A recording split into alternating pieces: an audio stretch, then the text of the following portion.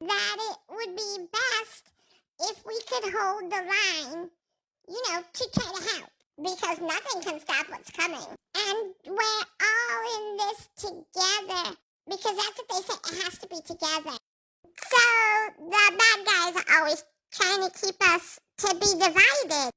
Oh, the bad guys are the deep state and the elite. The rich and powerful ones who want to keep it that way. So they want to confuse us and give us what they call disinformation. This is why you gotta try to be so careful because of all of the deceptions.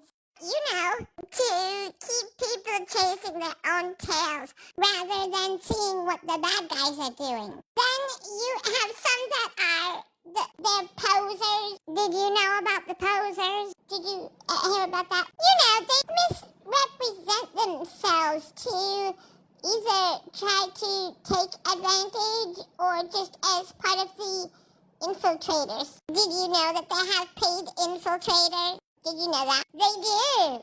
That's so serious. Because if there was really no reason for people to be concerned, then there would be no reason for infiltrators. Oh, and they say some of them are even with the FBI. Did you know about that? You've probably already heard that some of those in the three-letter agencies are on both sides of things, both good and bad. There's a lot of crimes being committed around the world. Some really bad ones. Did you know about that? All of the worst ones that you could imagine, like human trafficking. Oh, and drug trafficking and money laundering. But worst of all, exploiting children. Oh, and then they exploit each other so they can make each other do whatever they want. Like, invite you to come hang around with all the cool kids and then drug you and film you with the crack pipes and the sex toys on the table next to the two dead prostitutes. They really have created a pretty comprehensive global network of insurance policies for themselves. Like Jeffrey Epstein did. Most of the rest of us call that blackmail. And then they are bound by one another's depravities. When I say depravities, I mean awful things like pedophilia, crimes against humanity, biological weapons, population controls, red rum. Oh, and it seems to just be a well-known thing that if you cross them, you could wind up on a suicide list not of your own doing. This thing has become a common knowledge.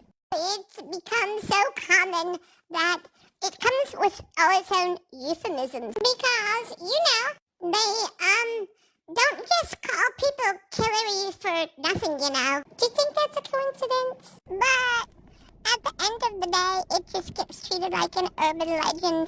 Or just another conspiracy theory from one of these rabbit holes. That's actually been one of their favorite strategies, to discredit people by calling them crazy conspiracy theorists. The tinfoil hat thing. Because, all they need is for some of the people to believe them and dismiss the people who are sounding the alarm, because it does sound a little crazy. Who would believe that people would behave with such savagery? So it gives them the latitude of what they refer to as plausible deniability. And it doesn't take much. Oh, and guess what? It hides within the shadows of a doubt. Do you think that's a coincidence? Well, things get a little weird when you consider that both justice and faith become lost in the shadow of a doubt.